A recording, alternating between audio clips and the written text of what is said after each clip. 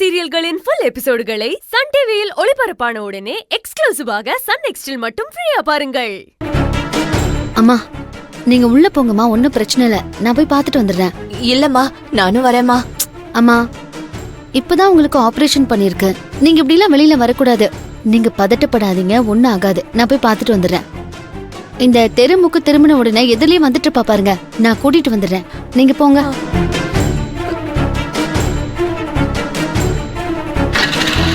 வரேம்மா. பாத்து போமா.